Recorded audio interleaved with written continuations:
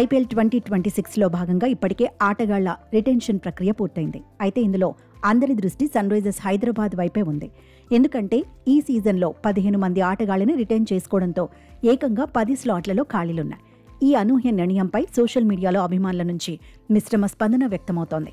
SRH ఎక్కువ మంది ఆటగాళ్లను రిలీజ్ చేయడం యాజమాన్యం తెలివైన వ్యూహంగా కొందరు భావిస్తున్నారు. ఈసారి పాత తప్పులను రిపీట్ చేయకుండా జట్టుకు సరిగ్గా సరిపోయే సరికొత్త స్టార్లను ఎంచుకునే అవకాశం దొరికిందని చాలా మంది అభిప్రాయపడుతున్నారు. అయితే ఇక్కడే అసలు చిక్కు మొదలైంది. హైదరాబాద్ జట్టు పర్సులో ఉంది కేవలం 25.5 కోట్లే. 10 మంది ఆటగాళ్లను కొనుగోలు చేయాల్సి ఉంది. కాబట్టి ప్రతి ఆటగాడికి 2.5 కోట్ల కంటే ఎక్కువ ఖర్చు చేయలేరు. ఒక్క స్టార్ ప్లేయర్ కోసం 8 నుండి 10 కోట్లు ఖర్చు చేస్తే మిగిలిన 9 మందిని కనీస ధరకు కొనుగోలు చేయాల్సి వస్తుంది. ఈ అంశంపై ఆరెంజ్ ఆర్మీ తీవ్ర ఆందోళన వ్యక్తం చేస్తోంది. రిటెన్షన్ జాబితాలో కెప్టెన్సీ అభ్యర్థి గురించి ఎలాంటి స్పష్టత లేకపోవడం అభిమానులను కలవరపెడుతోంది. వేలంలో అనుభవజ్ఞుడైన ఆటగాడిని దృష్టిలో పెట్టుకుని ఎంపిక చేయాలి, లేదా జట్టులోని సీనియర్ ఆటగాడికి బాధ్యతలు అప్పగించాలి.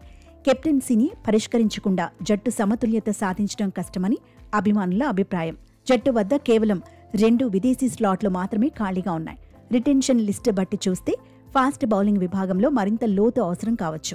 కాబట్టి ఒక మంచి దేశీయ స్పెషలిస్ట్ స్పిన్నర్ లేదా విదేశీ ఫాస్ట్ బౌలర్ కోసం ప్రయత్నించే అవకాశం ఉంది.